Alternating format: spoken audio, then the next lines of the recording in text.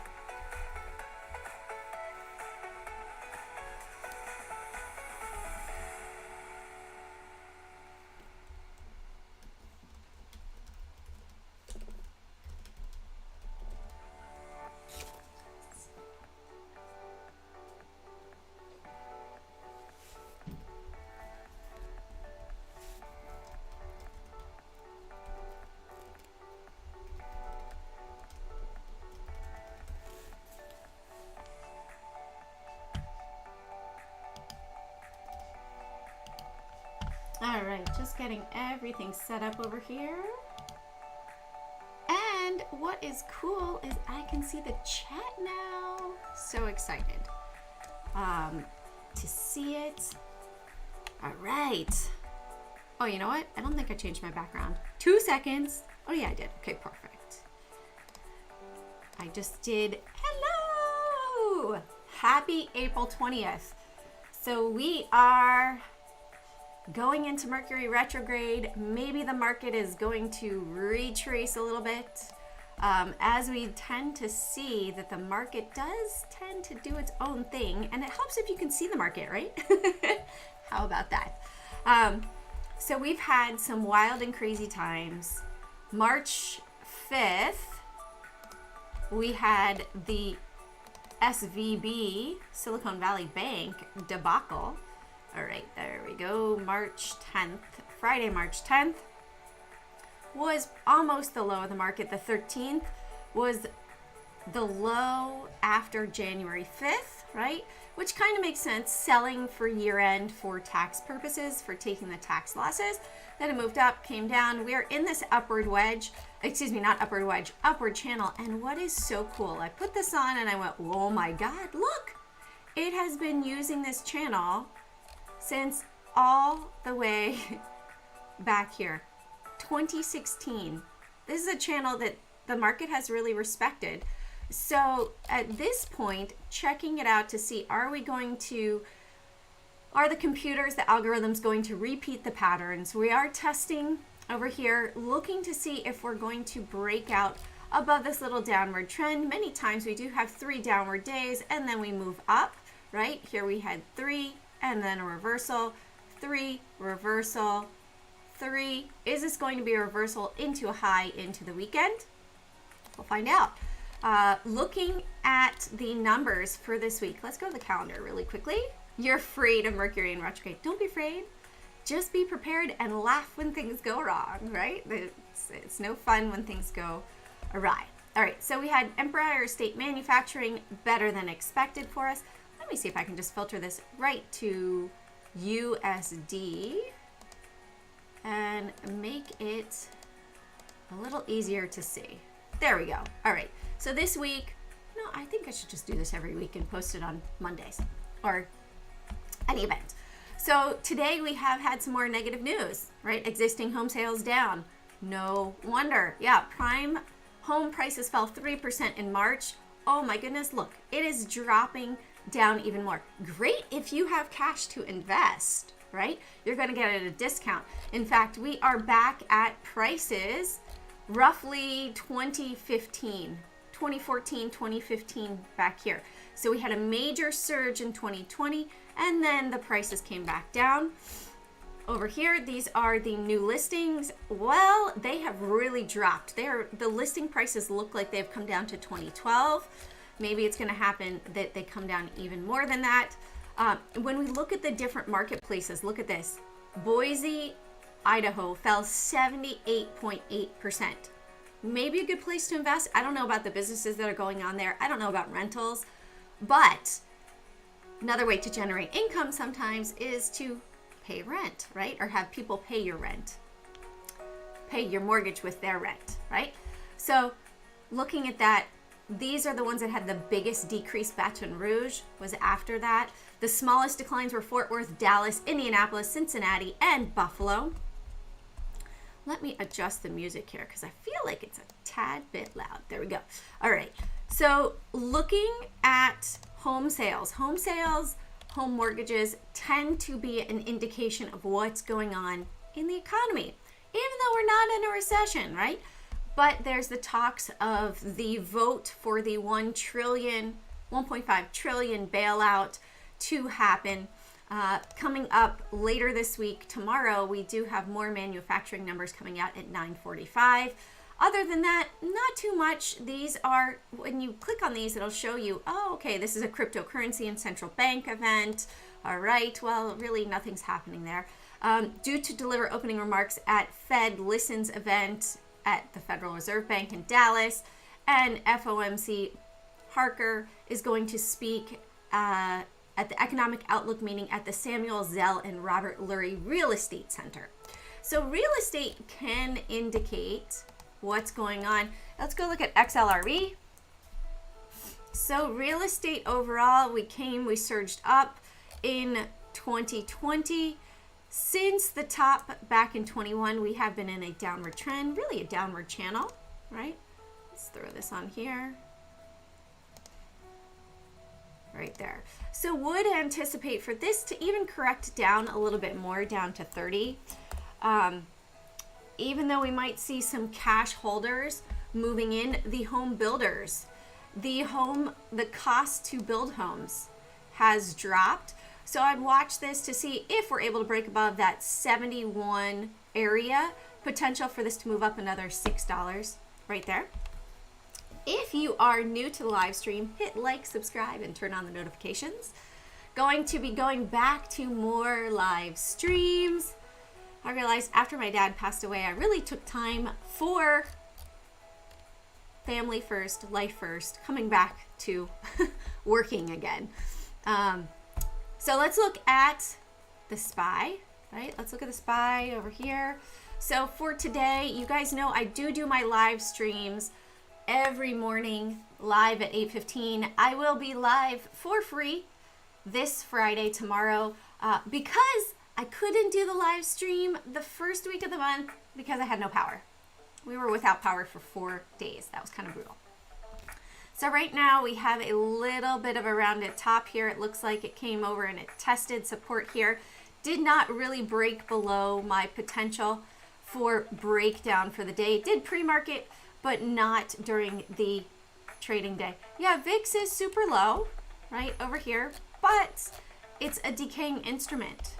Like, look at the lows that we had back in 2021, right? So it hasn't gone to brand new lows as of yet. You can see the top two things that I personally like to invest in the physical form, gold and silver, right? Looking at the silver chart, look at the massive run we had after the banks, right? 20 to 26. I'm not going to use my math brain right now because I haven't had lunch. 30% in 27 trading days. And you get to hold the physical metal, right? Also, gold. I did post on Twitter yesterday some links. You can buy silver bullion, silver coins on Amazon, right? And they're actually pretty good pricing. There's some that you can get that are collector's items too. Same thing. Smaller gain in gold, 13% over the same 26 days. So if you look at that, barrier to entry, gold is a bit more expensive. They say gold has less supply. However, when you put them side to side in the same time frame, silver gained 30% and gold only gained 13%. They do say, they being other macroeconomists, saying that gold and silver are going to move up. In times of economic turmoil, that we see that they move up. also that silver, that's right, Terry. Yes, you do. Hold on 2 seconds. Let me give you the link. Hold on.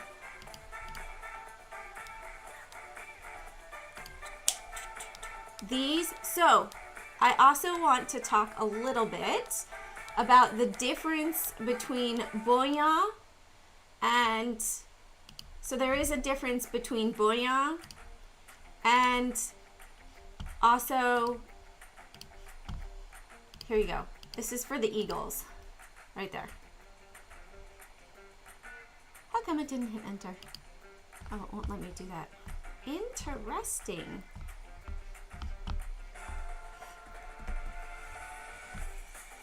All right, I'm just gonna do this. I'll just save all this. Let's see if I can copy it. How about we do this? La la la. Copy link. Do that.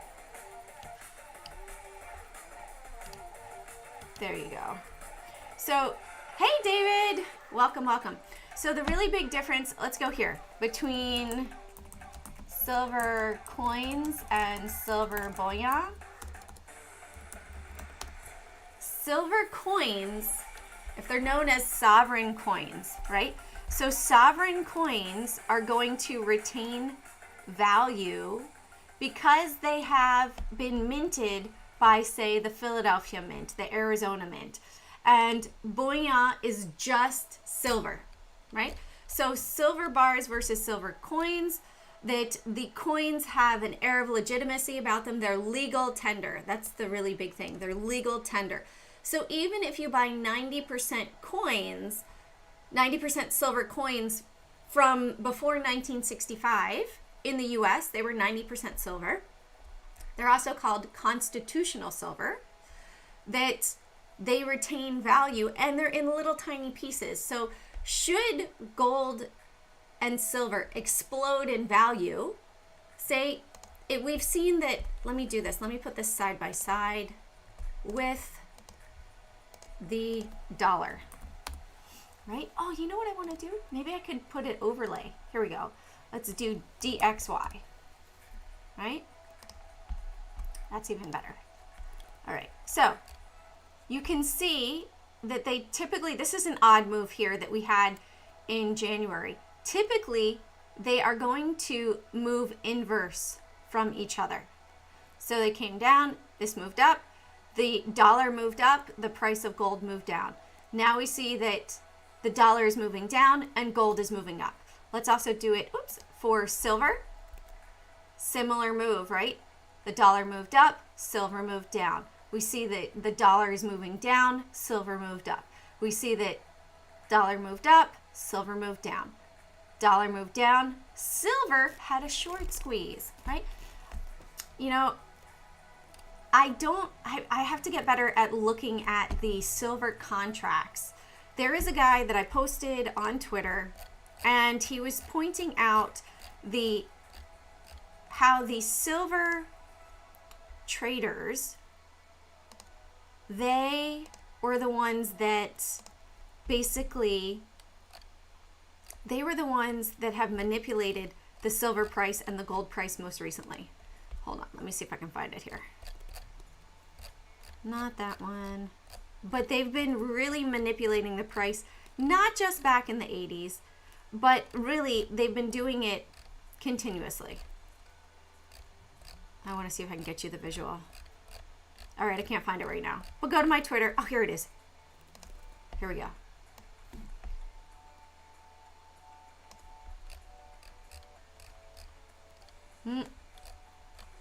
They have their own silver. That's not it. That's not it. Bear with me. Bear with me. Here we go. Right here. So when we look at it, these swap dealers are the ones that shorted the market last week. They shorted the market for gold, drove the price down. So typically what happens to gold also happens to silver. And as a result, we did see that gold topped out last week, right? They shorted it, but the buying strength comes in. Now, why on earth, why would they short it? Well, because they want to try to manipulate the price of gold so that more people will also buy it.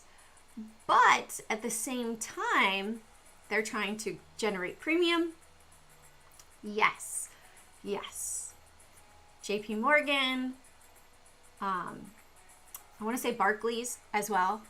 So check out this guy, he's good. Rob Kientz, Gold Silver Pros. He's a good guy to follow on Twitter as well. He's always posting knowledgeable stuff.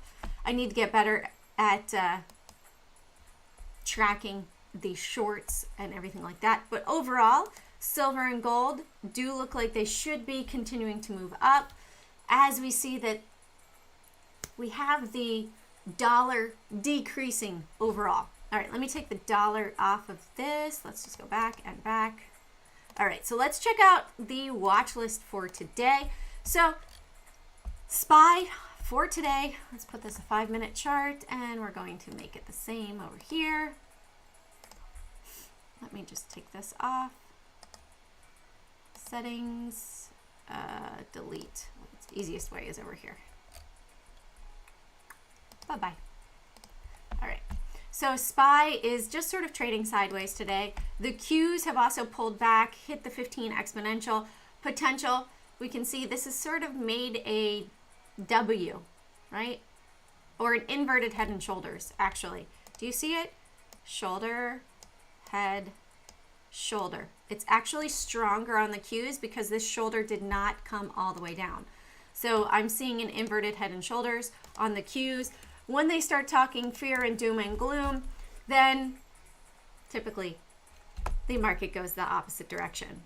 And that's something that, like, the market is so manipulated. I think that many people are starting to see that now.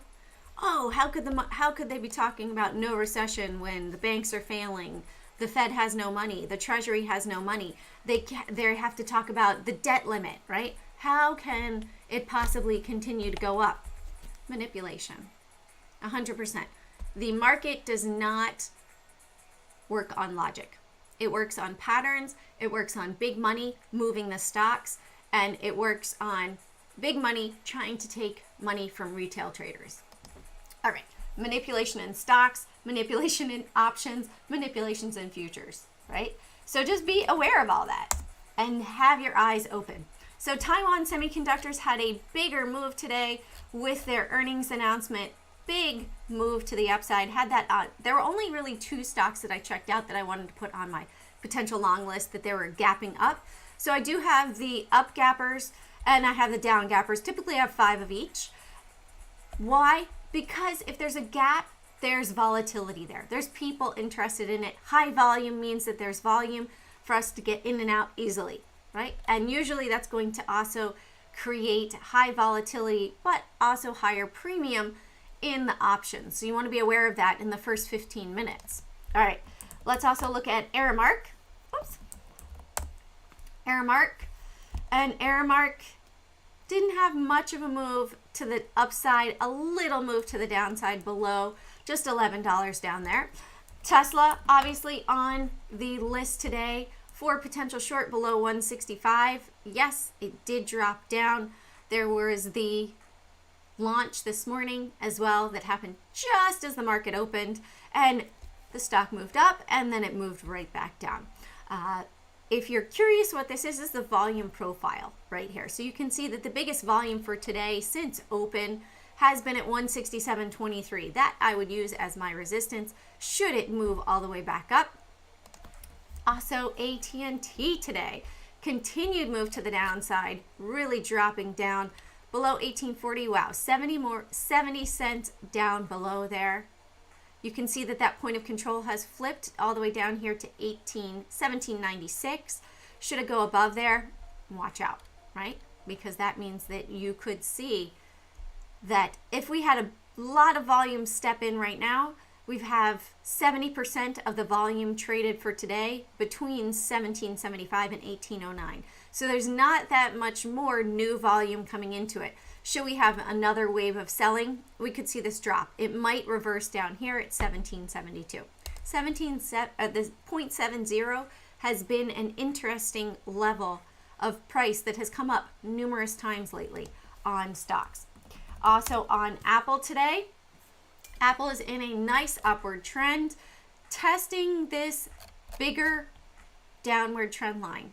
Once it breaks out from there, pretty comfortable. They are having their buyback and bigger moves to the upside. 41% of Berkshire Hathaway. So fairly confident this is going to continue to move to the upside with big money pouring into it, retirement accounts pouring into it. KeyBank had their earnings today. Not really too much of a movement. Did start out lower.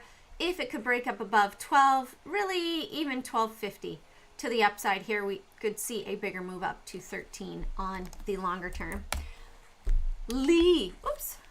A lot of the electric automakers were trading sympathetically to Tesla today. And there was an explosion, I believe it was Ford, that had a truck catch on fire. So Lee today had a nice downward move, 23 cents down from 23.50. We also have Schwab that was on the list. Schwab reported earnings just 3 days ago. Looks like it's at a decision point. We are testing a resistance. Yesterday, it did close just above us. This blue line is our close from yesterday. So it closed just above us. However, we had a nice move back up to close the gap and pull back down. So nice move of 88 cents off of 55. And Coinbase today, Mara, Coinbase, Riot, all tend to move symbiotically with Bitcoin. So if you are someone that trades Bitcoin and then you want to transfer over into the stock market or vice versa, you could look at those three stocks in particular. GBTC is another one. Grayscale Bitcoin Trust that does tend to trade with Bitcoin directly related to the price. Sometimes it's at a premium, sometimes it's at a deficit from the cost of Bitcoin and how many Bitcoin the trust owns. So that is also one to watch in that sector. And GM today. So GM does have earnings coming up. Heavily moved to the downside with the earnings for Tesla. A lot of electric cars, a lot of car makers were heavily hit. Do you guys have any stocks or crypto that you would like to check out today? I know another one that I did mention. So every week I do a little spot for Angela Miles. And the two that I mentioned last week were Weight Watchers. I said if Weight Watchers can hold 6, this one is a nice one longer term, as it does have, they are now offering pharmaceuticals for people to help to lose weight. Right now, it's definitely in a short squeeze. Let's go. Weight Watchers, short volume right here. We can see it's a daily chart. Oh, I don't want it on candlesticks here. Let's go line. There we go. So if we look at it, super high shorting volume on the 11th of April, and it's just been squeezing from there. High volume on the 13th last week. And again, we see last night that it did have high volume as well. So a cool little tool where you can check out the FINRA, the FINRA short volumes there. No, except for maybe, what is it? Universal Studios. Who owns Universal? Universal Studios. All right. Also, last week I did mention Coca-Cola, if it could break up above 63.50. So we finally had that move here. You can see that it could test up to 64. When we look at it on the point of control over here, pretty good volume that is supporting it down here. And it did break 63.60, move to the upside over here. 63.50 was that super strong resistance. So looking for Coke to potentially continue to move to the upside here. It does have earnings, however. Be aware, next Monday, April 23rd. All right, any other questions? Any other stocks? Let's go and pop over to some crypto. I haven't checked it out today. HBAR, let's see here. So Ethereum is, that is just the Ethereum market cap overall. So Ethereum had a bigger move to the upside and it has pulled back down. You can see very big buying down here at 1220. We also have USDC, that's just the market overall market cap. Bitcoin coming down to the 33 exponential. This might come and pull all the way back down to 23,950 as a support level. It has tested that in the past. Also IOTA, some of the bigger ISO coins, if they do implement the US central bank digital currency, I feel XRP will continue to move up. XLM, IOTA, Solana, Doge as well. So you can see Doge had big buying volume down here at 7 cents. Algo as well. So those are my thoughts on crypto. Any other ones that you guys have any questions on? Definitely check out the link I posted in that Twitter. I've been talking about silver since, I don't know, long time now. But August of last year, back here, August of last year, that's when I had big, yeah, I'll definitely check out oil, Samuel. Big investment into silver down here in the 18 area. And so now that's up almost, let's see, 43%. Kind of hard to, also wheat and precious metals, same thing. Look at this crazy run up, right? Wheat and precious metals. Also, a lot of the miners are going to become more profitable as the metals have more value. So even though they've been suppressed for so long, silver miners, gold miners, there's also Ego in Canada is another one, Eldorado Corporation, moving to the upside. That seeing these have big moves is 100% correlated to the price of gold and the price of silver. Even copper, right? Let's see, copper futures. No, I want to see copper futures here, HG. So copper futures have moved up. We did have support down here at 343, then a bit of selling up at 407.